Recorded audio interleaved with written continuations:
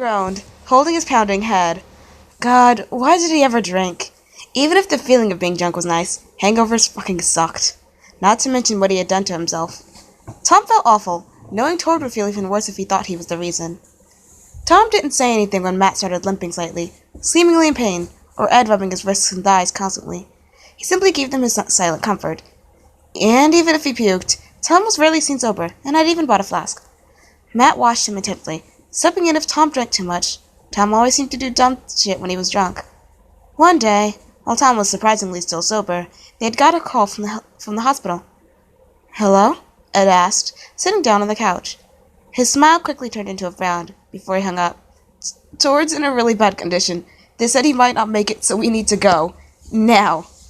They didn't waste any time, just getting into the car. Matt bounced his legs, anything to stop himself from freaking out. Tom was quietly praying. "Please, please be okay. You have to get through this. You have to." Ed was surprised and grateful they didn't get pulled over for how fast they were driving. They pulled into the parking lot and quickly piled out of the car, Tom almost face-planting. Slamming the door open, the trio rushed to the receptionist's desk. "Tord Larson! We're here for Tord Larson!" Tom choked out, breathlessly. The man gave them a sad look as he typed something into his computer. "Third floor, room 4C, he said calmly. For whatever reason, Tom chose to take the stairs, taking them two at a time. Having no choice, the other two quickly followed. "Tom, please, we're in a hospital," Ed whined, managing to catch up to the blue-clad. Finally, they made it to Tord's room. Tord thankfully opening it a little softer. Tord looked horrible. His skin was sickly pale, and that was just what skin wasn't covered in bandages. His right leg was in a cast, and his right arm was missing from the elbow down. His freckles stood out against his pale skin, and even they looked dull. Tom stumbled to his bedside, face flickering between different emotions. Matt looked positively sick, and Ed honestly didn't even want to be there. Of course he loved Tord, and they were basically brothers, but seeing him like this, it just made him feel sick. Tom gripped the bedsheets, trying and failing to stop himself from crying. "Why?" he gasped, suddenly feeling faint. "Why him?" "Tord's strong. He'll pull through this," Matt said slowly, tears of his own threatening to fall. Ed stared down at his best friend, not saying a single word as tears spilled down his cheeks. He didn't need to. "I'm sorry" wouldn't fix the problem. Ed held Tord's remaining hand, closing his eyes and simply listening. "All right, I'm just going to ask you a few questions," the doctor asked, sending him a grateful smile. The broken male in his bed looked up at her, silver eyes training her body. Okay, he mumbled, accent thick and making his words almost unintelligible. The doctor smiled before pulling back up her papers. "Okay, to start, how are you feeling?" I don't know. Nothing much," she hummed, writing something down on her clipboard. "Uh-huh. Any pains?" "Yes. My arm still hurts, even if it's gone. And sometimes it hurts to breathe, like someone is stabbing me," he said, unconsciously rubbing his arm. "Well, your ribs are broken, so that might be the reason. We'll have to do an x-ray to make sure nothing is out of place. And phantom pain is quite normal," she said, writing more notes. The woman sent him a final grin. "That's all we have for now, Mr. Larson. You're expecting some visitors later today, but in the meantime, your nurse sewed you some plushies." With that, Tord was left alone in his room. He picked up one of the dolls, and was surprised to find a picture underneath it. It was of him and his friends. One on the far left was Matt, his usual frown on his face. To his right was Ed, a nervous grin on his face with his arms around the male to his right, Tord.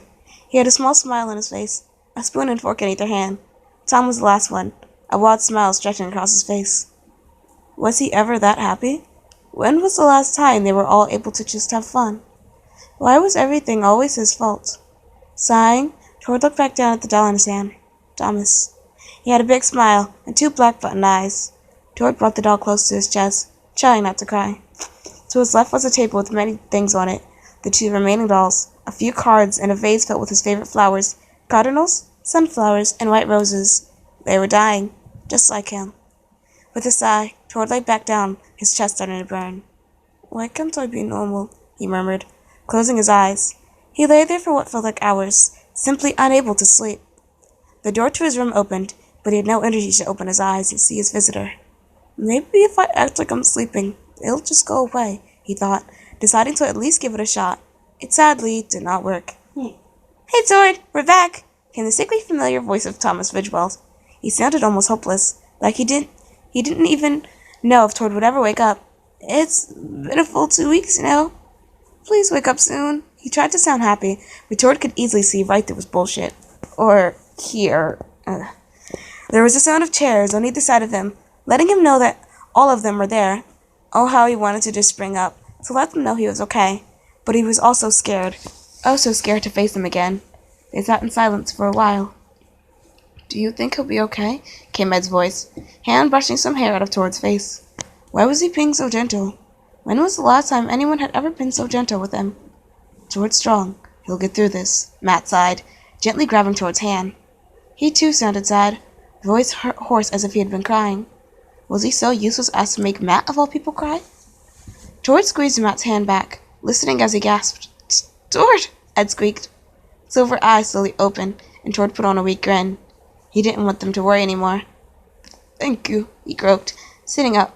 Matt just stared, still holding his hand tightly. Ed was gripping his sweater, shaking ever so slightly. Tom stared with wide eyes, tears threatening to fall. Look what you've done. You've made your friends sob over you. Can't you do anything right? Tord! Tom wailed, throwing his arms around him. Ed and Matt weren't far behind, holding Tord tightly in their embrace. We were so worried. I thought you weren't ever going to wake up, he wailed, shaking Tord lightly. Don't you ever pull shit like that again. You almost gave us a heart attack, Matt growled, though Tord could clearly see the shine of tears on his freckled cheeks. Ed didn't say anything, burying his head in Tord's hair. I'm sorry. I'm so sorry, Tord whimpered, hugging them as tightly as possible. He hated how he made them feel. How his selfish desire to die caused him so much pain. Promise me you won't ever try something like that again, Tom gasped. Ed nodded. Of course. Tord would do everything in his power to make sure they never felt so broken again, even if he had to suffer. It was okay. He was used to it by now. I promise, he breathed, closing his eyes in an attempt to stop the tears. They were partly from emotions, partly from pain. He didn't care. He never wanted to let go of them again. Tord sobbed into his friend's arms, overcome with so many emotions he didn't know any other way to handle. After what felt like seconds, but must have been at least minutes, they finally pulled back. They wiped their faces clean of tears and chose to ignore their puffy eyes. Tord carefully leaned back against the headboard, biting his tongue as not to whimper. So, how long have you been up?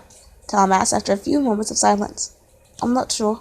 It was still dark outside, so I woke up. So, maybe a few hours? Tord guessed. How are you feeling? Emotionally and physically, Matt asked, which startled Tord. He knew he needed to be honest with them. They deserved at least that, but at the same time, that voice in the back of his head told him not to burden them. So freeing his mind, Matt quickly added, Seriously, don't just say you're fine. We all know this isn't true. Okay, he mumbled, looking down at his hands. Emotionally indifferent. I don't really have anything to say on that. And physically? Pain, he said in a soft voice. Ed frowned at his vague answer. They never said that he had to be too specific. Pain? Are you going to elaborate? Do I have to? Yes. Tord sighed. Why were they so persistent? My chest hurts. The doctor said my ribs were broken, he admitted. Tom covered his mouth, and Matt and Ed just grimaced. Did I hurt you when I jumped on you? Tom asked shakily. Tord immediately shook his head. No, it's been hurting since I woke up, so you're not to blame, he said quickly. Blaming everything on themselves was Tord's job. There was no reason to make his friends think they had a hand in his pain. You should lay down, Ed said in concern. Tord smiled softly. It's fine. Plus, I want to talk to you guys, he said. Of course, they weren't easily so convinced. Tord, as much as we want to talk to you, if you're in pain, then you should rest. We aren't going anywhere, Matt said slowly, face void of any emotions. Tord bit his lip, trying to find something to say, anything to make them drop it. He sighed in defeat, muttering fine under his breath as he laid down fully. Tom smiled happily, ruffling his already messy hair. His eyelids felt heavy, and finally, Tord fell asleep.